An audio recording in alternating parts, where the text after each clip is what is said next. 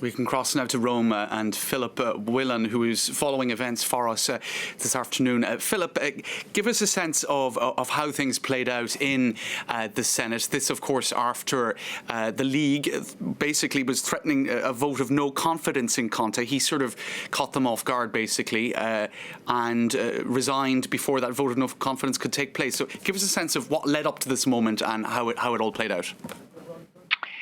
Well, it was certainly a very tough attack by Conte on Salvini, calling him irresponsible and opportunistic.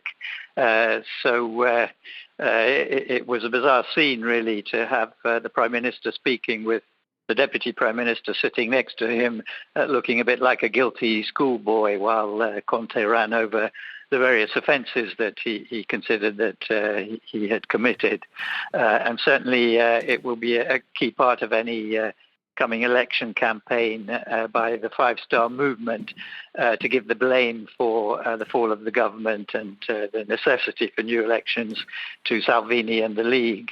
Particularly if there are negative consequences for the Italian economy and problems with Europe. It will be a way of clawing back some votes, which otherwise seem to be surging towards Salvini for the moment. And how likely is a League-led government at this stage? It looks like there are alternatives, and Italy's president will be manoeuvring, I presume, to try to see those alternatives consolidated. Can you tell us what those alternatives are to a snap election at this stage? Yes, there are a number of alternatives that President Mattarella will be investigating and trying to determine what sort of support they would have in Parliament.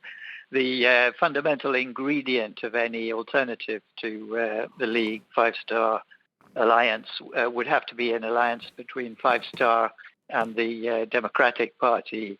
And that looks like a tall order at the moment because the Democratic Party itself is more or less split in half, with rival leaders jockeying for position.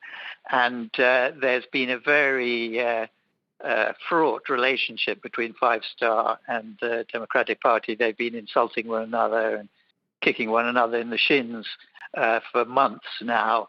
So it would be quite an achievement if they managed to pull off a reconciliation and an alliance between them. But without that happening, there's no realistic prospect of avoiding elections. And if there are elections in the near future, it's likely that the popularity of the League could see Matteo Salvini coming to power as Prime Minister with other right-wing parties supporting him, and in a position really to